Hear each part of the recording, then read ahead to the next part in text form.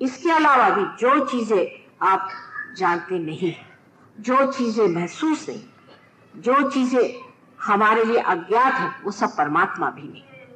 बहुत सी चीजें जो अज्ञात है वो परमात्मा नहीं, ये जानना चाहिए। इसके बारे में मैं आपको कल बताऊंगी कि ऐसी बहुत सी चीजें हैं जो हमसे बिल्कुल अज्ञात है और कभी कभी उसकी झलक दिखाई देती, पर उसका परमात्मा से कोई संबंध नहीं। इसके बारे में मैं आपको कल बताऊंगी। आज महालक्ष्मी का तत्व आप में जागृत हो गया है, तो कृपया आप अपना आत्म साक्षात्कार प्राप्त करके और फिर उस पर कल मैं आपको पूरी तरह से बताऊंगी कि अपने अंदर और बहुत सी ऐसी चीजें हैं जिससे हम अज्ञात हैं, वो क्या चीजें हैं और उससे कैसे बचना चाहिए। परमात्मा आप सबको सुबुद्धि दे। अभी सोचते हैं कि माँ हमने तो कभी भगवान के बारे में सोचा नहीं, हम तो बड़े मटेरियलिस्ट हैं, हमें कैसे कुंडलिनी जागरण हो जाएगा। और बहुत से लोग कहते हैं कि हमने तो परमात्मा में कभी विश्वास भी नहीं किया, क्या हमारा कुंडलिनी जागरण हो सकता है? सबका हो सकता है। आप अगर इंसान हैं तो आपका जागरण हो सकता है। इन बाह्य की चीज़ों से कोई फर्क नहीं पड़ता। अगर आप इंसान हैं तो आप इसे पा सकते हैं।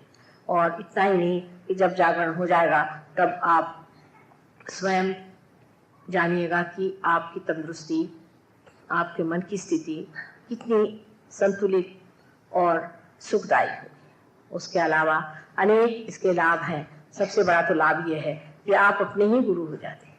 सही क्या गलत क्या सब कुछ आप इस चैतन्य की लहरियों से जान सकते हैं जो आपके हाथ से ठंडी ठंडी बहती है। ये जो शक्ति सारे दूर विराजमान है, जिससे सारे जीवंत कार्य होते हैं, उस शक्ति को प्राप्त करना। आप अगर डॉक्टर हैं, आप अगर आर्किटेक्ट हैं, अगर आप इंजीनियर हैं और कुछ भी हो, ये साइंस उस परमात्मा के साइंस के आगे एकदम फीका है।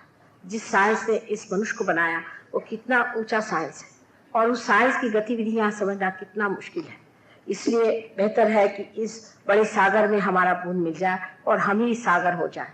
इससे उस सागर की सारी शक्तियां हमारे अंदर से प्रभावित हो और प्रकाशित हो। ये ज्यादा आसान है कि इस बूंद को उस सागर में मिला देना चाहिए। एक दो चीजों के लिए कहना है कि कृपया अपने जूते आप उतार लें, चप्पल उतार लें, जो भी है पैर में, क्योंकि ये पृथ्वी माँ का बड़ा हमें आधार है, इसका आधार लेना। और नम्रतापूर्वक बैठे कि अभी तक हमने पाया नहीं और माँ कहती है कि हमारे अंदर है और हम पा सकते हैं, तो नम्रतापूर्वक हम इसे पाएं। अपने जो धारणाएं, विचार, कंडीशनिंग जो भी है, और उसे आप इस वक्त अलग हटा दीजिए। इस वक्त बिल्कुल स्वच्छ होकर के बैठे, क्योंकि यही असल चीज है। सारे धर्म का सार है अपने को पाना, और उसे पाना चाहिए जो उसका तत्व है। अब दूसरी बात है कि अगर चश्मे वगैरह हो उन्हें उतार लीजिए, क्योंकि इसका असर आंखों पे भी बड़ा अच्छा होता है। दोनों पैर जमीन पर अलग अलग रखिएगा, क्योंकि दोनों नाड़ियां अलग अलग चलती हैं, इसलिए दोनों पैर अलग अलग रखिए। अब इसके अलावा अब दूसरी बात है कि ये जो लेफ्ट हैंड है, ये लेफ्ट हैंड, इसे हम कहते हैं कि ये हमारी इच्छा शक्ति, और राइट हैंड ये क्रिया शक्ति। जैसा कि आपने देखा है कि ईड़ा नाड़ी और पिंगला नाड़ी, अभी तो मैं पिंगला पे ही बोल रही हूँ, कल ईड़ा पे बताऊंगी आपको। तो पिंगला नाड़ी जो है इस राइट हैंड से दिखाई देती है, और ईड़ा नाड़ी इससे, और सुषुम्ना नाड़ी से कुंडलिनी का पथ है। अब आपको सिर्फ दोनों हाथ मेरे और इस तरह से करना चाहिए, और बहुत आराम से बैठिए। जैसे कोई चीज आपको तंग हो, या कुछ गले में तंग चीज हो, या कुछ पेट पे तंग हो, तो उससे आप जरा ढीला कर लें, जिससे कोई इत्मीनान रहे, बाद में कोई ऐसा न लगे कि कुछ अड़चन सी है या कुछ उलझन हो। इसलिए अपने को किसी तरह से व्यवस्थित रूप से आराम से बैठे। अब दोनों हाथ मेरी ओर इस तरह करें। हम लोगों को ये क्रिया की शक्ति को इस्तेमाल करना है, और इससे हम सिर्फ इस तरह से हाथ रखने से अपनी इच्छा प्रदर्शित करते हैं कि हमें आत्म साक्षात्कार चाहिए। ये हम अपनी इच्छा प्रदर्शित कर रहे हैं। अब आप जान लीजिए कि ये जो राइट हैंड है, इसे सबसे पहले हम हृदय पे रखते हैं क्योंकि यहाँ आत्मा का वास है। उसके बाद एक एक मैं बता देती हूँ, फिर आपको बताऊंगी कब रखने का। यहाँ पर रखने का है। फिर पेट के ऊपरी हिस्से में स्वादिष्टान चक्र का जो ऊपरी हिस्सा है वहां पर हमारा गुरु तत्व है, जिससे हमें जागरूक करना चाहिए क्योंकि हमारा गुरु तत्व जो है वो बांधा गया है इन गुरुओं के तपस्या से, तो उसको हमारे अंदर हमें जागरूक करना है। उसके बाद नीचे का जो पेट का हिस्सा है वहां पर स्वादिष्टान चक्र जो है वो शुद्ध विद्या करता है। माने शुद्ध विद्या उसे कहते हैं कि जो परमात्मा का साइंस है उसकी जो कार्य प्रणाली है उसको वो चलाता है, यानी उसका टेक्निक जो है उसको चलाता है। इसलिए नीचे में जो स्वादिष्टान चक्र है उसे हम कहते हैं कि ये शुद्ध विद्या का चक्र है। उसके बाद फिर वापस इसी तरह से हृदय तक आकर के हम यहाँ पर विशुद्धि चक्र जो है, विशुद्धि का जो लेफ्ट साइड है वहां हाथ रखते हैं। अब आपको एक एक चीज मैं समझा दूंगी, सब बात आपको समझा दूंगी। जो गुरुओं ने और कवियों ने और बड़े बड़े ऊंचे लोगों ने जो बातें कही थी उसका जितना भी गुप्त है वो सारा मैं आपको समझा दूंगी। अब ये विशुद्धि चक्र बहुत जरूरी चीज है हमारे अंदर, वो इस जगह, इस विशुद्धि चक्र को हमें इस तरह से पकड़ना चाहिए क्योंकि लेफ्ट साइड का विशुद्धि चक्र अधिकतर हिंदुस्तान में लोगों का पकड़ता है। इसलिए इस जगह हाथ रख करके हम अपने ही हाथ से उसको शक्ति दे रहे हैं। इस हाथ से शक्ति आ रही है और हम अपने ही हाथ से खुद ही अपने चक्रों को खोल करके अपनी कुंडलिनी को उठा रहे हैं।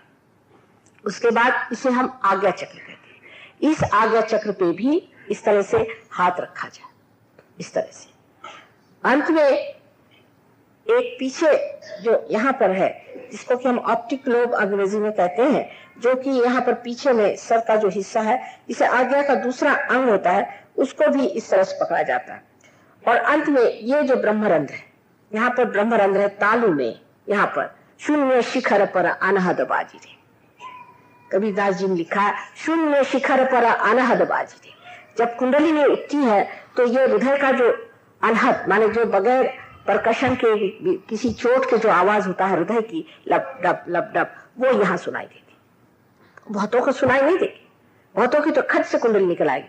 तो उन्होंने बताया कि शून्य शिखर पर अनहद बाजी रे, वही अनहद जो है यहाँ आपको नाद सुनाई देता है। और उसके बाद जब वो रुक जाता है तो यहाँ से ठंडी ठंडी हवा ऐसे निकलने लग जाती है। तब समझना चाहिए कि कुंडलिनी ने ब्रह्मरंध्र को छेद तो दिया है लेकिन हाथ से भी निकलना चाहिए, हाथ में भी महसूस होना चाहिए। और जब यह हाथ में महसूस होने लग जाता है उस वक्त आपको आश्चर्य होगा कि एकदम आपके अंदर शांति विराजती है। ऐसे ही आज्ञा चक्र पे चढ़ते ही साथ आप निर्विचार समाधि में उतर जाएंगे, लेकिन उसके बाद उसकी स्थिति बहुत गहन हो जाती है। जब आपके हाथ से भी ऐसी ठंडी ठंडी हवा आती, यही ब्रह्म शक्ति आपके अंदर बह रही है। इस ब्रह्म शक्ति को आप प्राप्त करते हैं।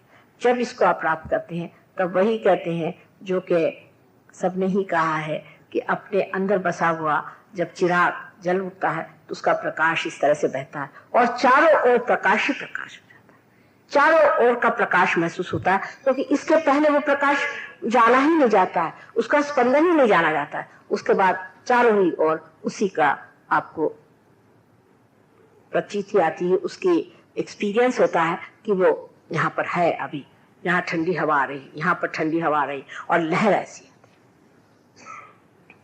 अब किसी को कहे कि कौन गुरु है कौन नहीं, किसी ने कहा कि आप माँ इनको क्यों मानती है उनको क्यों नहीं मानती, आप ही देख लीजिए, आप देखिएगा जो असल है उनसे ऐसी ठंडी ठंडी हवा आएगी कि कुछ पूछे।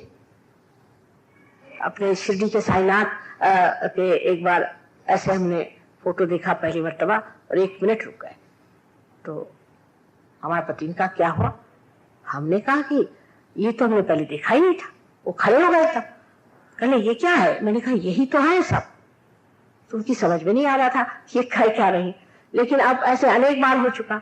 एक बार हम कश्मीर गए थे, तो कश्मीर में जब सफर कर रहे थे तो एकदम से मैंने कहा भाई देखो बड़ी जोर के वाइब्रेशंस आ रहे हैं यहाँ पर, कहीं पता करो यहाँ कोई मंदिर है कि गुरुद्वारा है कि क्या है, पता करो, कोई ना कोई चीज जरूर होगी। तो वो कहने लगा नहीं साहब तो वीरान जगह यहाँ कुछ नहीं। मैं कहा नहीं होना ही चाहिए। तो फिर उसके बाद उसी हमने कहा इसी रास्ते से आप चलते चलिए, वहां कुछ मुसलमानों के घर थे। तो मैंने कहा कि भाई यहाँ कोई मस्जिद है कि क्या मंदिर है क्या? नहीं, कहने ये तो इकबाल साहब यहाँ है। अरे मैंने कहा इकबाल साहब? इकबाल मोहम्मद साहब का वहां था और उसके वाइब्रेशंस 5 मील दूरी पर मैंने रखे। और मैंने कहा कि ठीक है, कल आपको तो कुछ दर्शन नहीं हो सकते। मैंने कहा कोई हर्ज नहीं, हमने तो बहुत दूर से उनके दर्शन ले लिए, तुम लोग यहाँ झगड़ा करते रहो।